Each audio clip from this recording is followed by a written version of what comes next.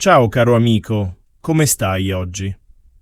Spero davvero che tu stia bene, perché sto per raccontarti una storia che potrebbe cambiare il modo in cui guardi la vita.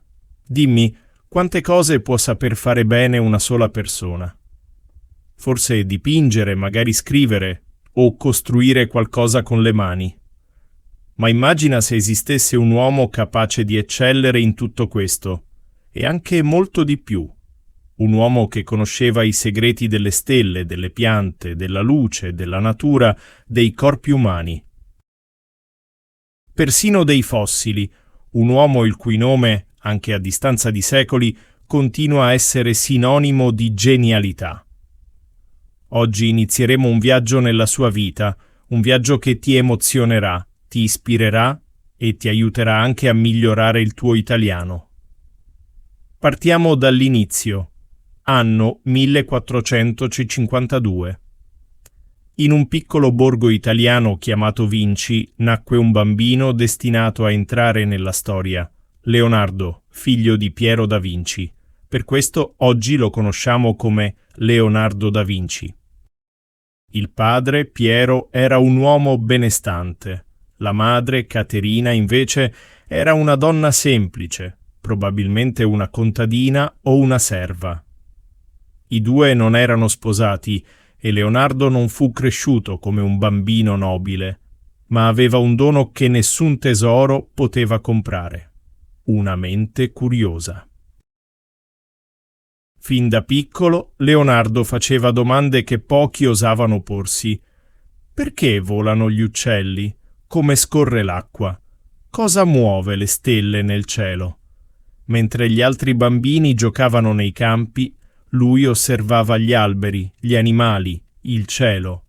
Guardava le foglie che si muovevano al vento e provava a capire perché.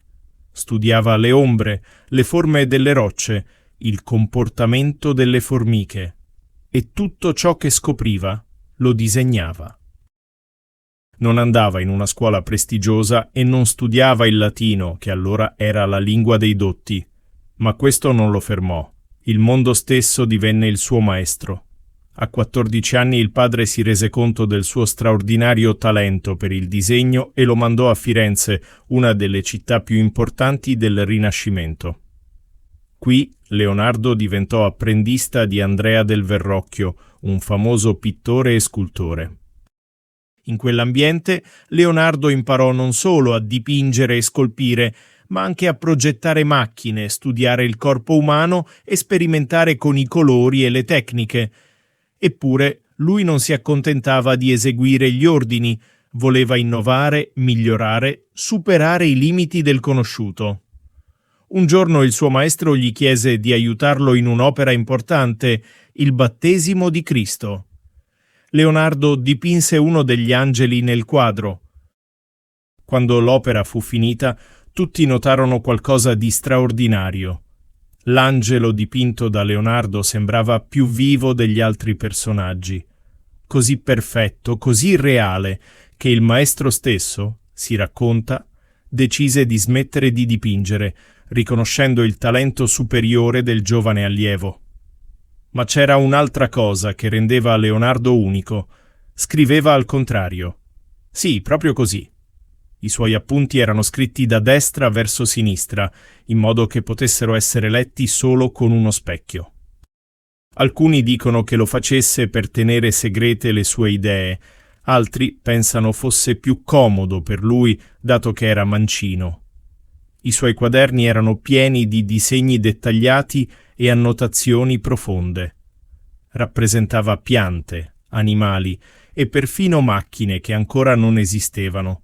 Immaginava ponti, strumenti, armi e strumenti di volo. Nel 1473, all'età di 21 anni, Leonardo realizzò quella che oggi è considerata la sua prima opera d'arte ufficiale, un disegno chiamato Paesaggio dell'Arno.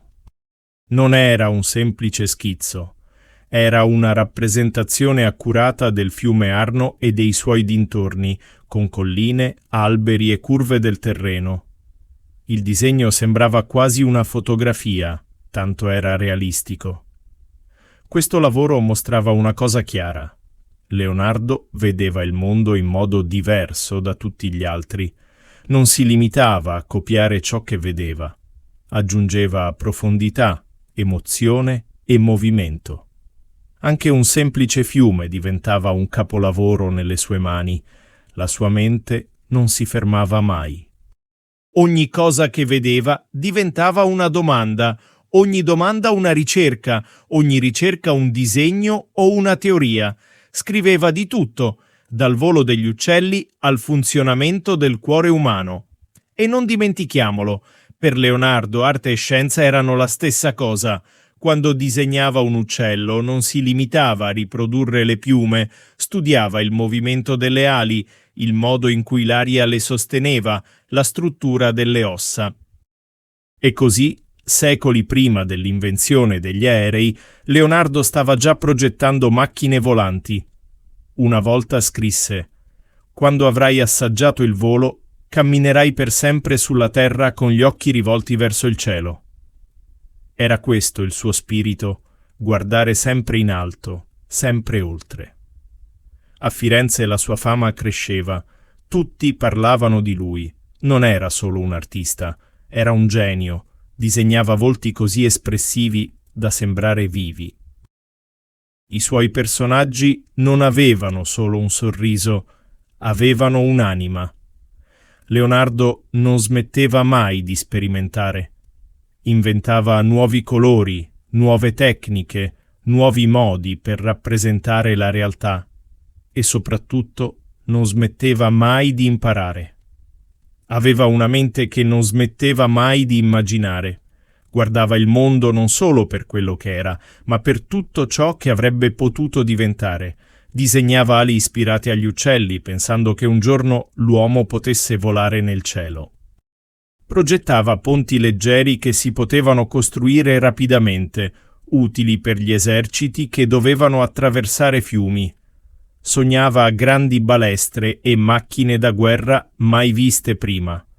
Ma Leonardo non desiderava solo costruire. Voleva migliorare il mondo. Quando arrivò a Firenze negli anni 70 del 400, il suo nome iniziava già a essere conosciuto. Eppure, quel giovane artista era solo all'inizio di un viaggio incredibile. Non era solo un pittore. Era un uomo che credeva nei sogni, anche quelli che sembravano impossibili. La sua capacità di unire arte, scienza e ingegneria lo rendeva unico. Era avanti rispetto al suo tempo. Per questo i più potenti iniziarono a cercarlo. Uno dei suoi sostenitori più importanti fu Lorenzo de' Medici, il signore di Firenze. Lorenzo mandò Leonardo a Milano nel 1482 affinché lavorasse per Ludovico il Moro, il duca della città. Ma Ludovico non lo voleva solo per i dipinti. Cercava qualcuno che potesse costruire armi, progettare fortezze e creare macchine per il suo esercito. Leonardo scrisse al duca una lunga lettera dove elencava tutto ciò che sapeva fare: costruire ponti, creare cannoni, ideare nuove costruzioni. Solo alla fine aggiunse quasi per caso: «Ah, so anche dipingere». Questo dettaglio ci mostra quanto fosse vasto il suo talento. Leonardo non si vedeva solo come un artista, era un inventore, un pensatore, un risolutore di problemi. A Milano una delle sue opere più famose prese vita, L'Ultima Cena. Quel dipinto ancora oggi lascia tutti senza parole, rappresenta Gesù insieme ai 12 apostoli, proprio nel momento in cui dice: «Uno di voi mi tradirà». Leonardo voleva mostrare le emozioni di ciascun discepolo. Alcuni sembrano scioccati, altri confusi, altri ancora arrabbiati. Giuda, l'uomo che lo tradirà, tiene un piccolo sacchetto di monete e guarda altrove.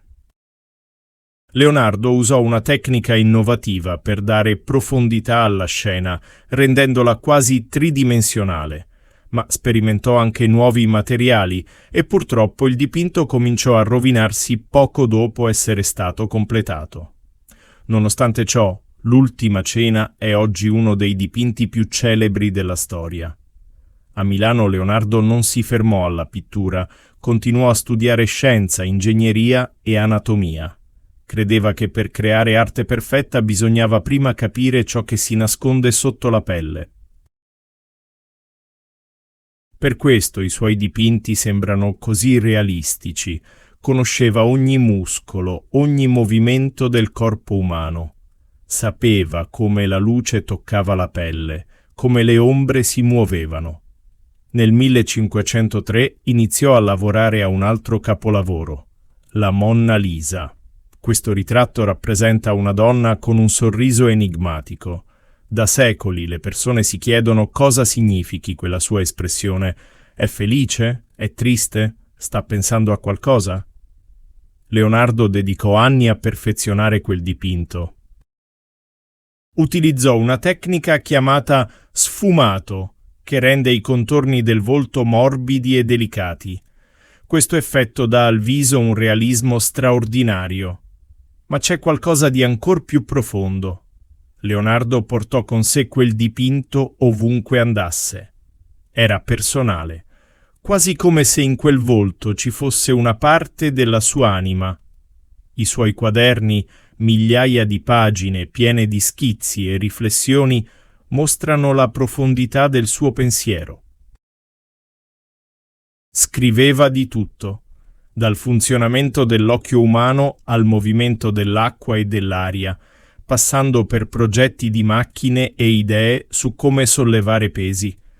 Ma in mezzo a tutto questo scriveva anche frasi semplici e profonde come «Imparare non esaurisce mai la mente». I suoi appunti sono come finestre aperte sulla sua mente brillante. Ancora oggi studiosi di tutto il mondo li studiano per capire come pensava, come osservava, come sognava. Leonardo non restava mai fermo troppo a lungo. Dopo Milano tornò a Firenze, poi si spostò in altre città per lavorare per re, duchi e perfino per il Papa. Inventava, progettava, sperimentava, ma non finiva tutto ciò che iniziava, non perché fosse disordinato, ma perché la sua mente correva sempre avanti, alla prossima grande idea. Non riusciva a smettere di sognare. Nel 1516 si trasferì in Francia.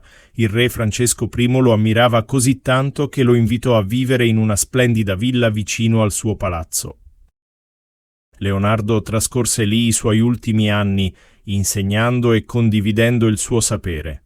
Il re lo chiamava padre di tutte le arti e lo trattava con profondo rispetto. Leonardo da Vinci amava profondamente ogni forma di vita. Ogni volta che camminava per il mercato e vedeva degli uccelli rinchiusi in piccole gabbie, il suo cuore si stringeva. Non sopportava l'idea che esseri nati per volare fossero prigionieri. Così, senza pensarci troppo, li comprava e li lasciava andare. Apriva le gabbie e li guardava salire nel cielo, liberi di nuovo. Era il suo modo di dire al mondo che ogni creatura ha diritto alla libertà. Questo piccolo gesto ci mostra quanto fosse grande il rispetto di Leonardo per la vita in tutte le sue forme. Ma Leonardo non era solo un uomo dal cuore gentile, era anche uno scienziato, curioso e instancabile. Guardava il cielo e si chiedeva: perché è blu? Nessuno ai suoi tempi conosceva la risposta. Eppure, osservando con attenzione e riflettendo, capì che il colore del cielo dipende dalla luce del sole e dal modo in cui questa si diffonde nell'aria. Scrisse che le minuscole particelle presenti nell'atmosfera fanno sì che la luce blu si sparga più facilmente rispetto ad altri colori. Per questo, ai nostri occhi, il cielo sembra azzurro. Era un'intuizione incredibile, arrivata secoli prima che la scienza moderna lo spiegasse. Leonardo era davvero avanti per la sua epoca. Era affascinato dal corpo umano, in particolare dagli occhi. Li chiamava le finestre dell'anima. Voleva capire come funzionassero, come fosse possibile vedere il mondo. Studiò la lente dell'occhio, fece disegni precisi e dettagliati e spiegò come la luce si piega per formare immagini. Questi studi aprirono la strada a future scoperte nel campo dell'ottica e della medicina. Ma per Leonardo la scienza non era mai separata dall'arte. Ogni sua scoperta serviva anche a migliorare i suoi dipinti. Osservando luci e ombre, imparò a rendere le sue opere così realistiche da sembrare vive. Guardare un suo quadro significava entrare in un mondo profondo, vero, pieno di emozione. E anche se era un genio, Leonardo non perse mai la sua voglia di giocare. Nei suoi quaderni non c'erano solo studi complicati o progetti straordinari, c'erano anche barzellette, disegni buffi, invenzioni strane che facevano sorridere, come un uomo con un naso enorme o una macchina completamente inutile. Per lui anche la risata era una forma di esplorazione. Credeva nell'equilibrio tra la serietà dello studio e la leggerezza della gioia. Leonardo non era solo un uomo del suo tempo, era un fenomeno, un essere unico. Anche dopo secoli il suo nome continua a brillare. La sua vita è stata così ricca di esperienze e conquiste che sembra quasi una leggenda, ma ciò che lo rende davvero speciale non è solo il suo talento. È la sua infinita curiosità, la sua passione per imparare e il suo desiderio sincero di migliorare il mondo. Nel capitolo finale della sua vita, Leonardo si trovava nel suo letto, circondato da chi lo stimava e lo amava.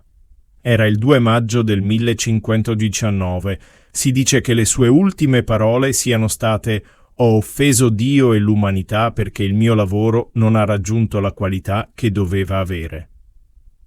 Queste parole non sono tristi, sono la prova della sua umiltà. Anche dopo aver fatto tanto sentiva che c'era ancora di più da dare, e questo ci insegna qualcosa di profondo.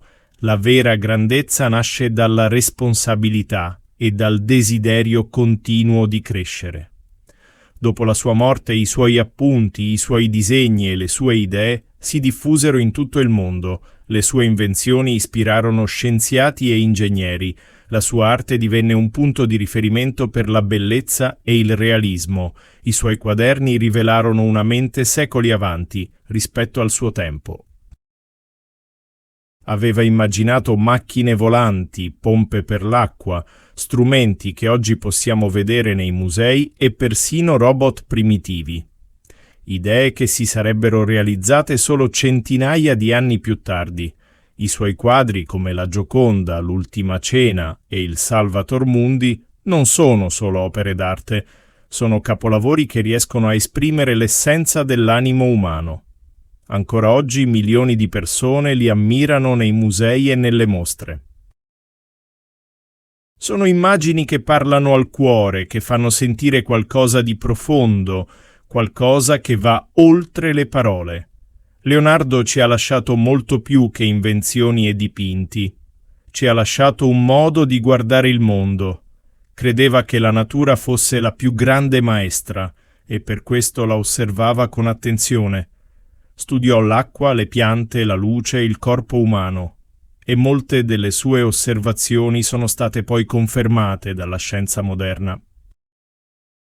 Questo ci dimostra che la sua mente non seguiva i confini del suo tempo.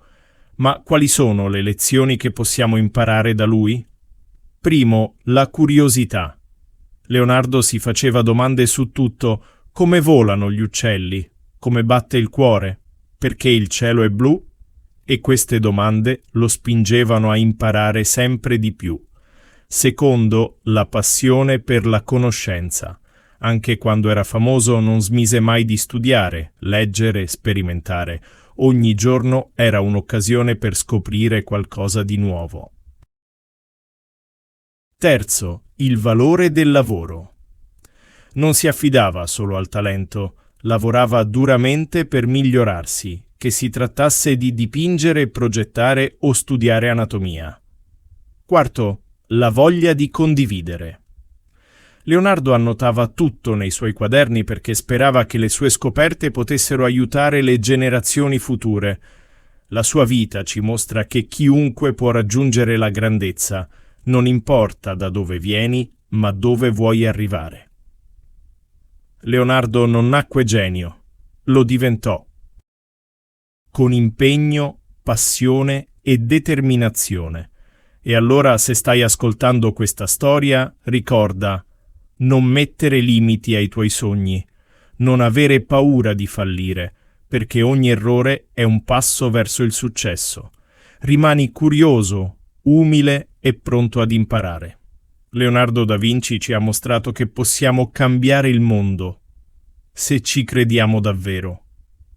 Questa è la storia dell'uomo che non vide il mondo per come era, ma per come avrebbe potuto essere.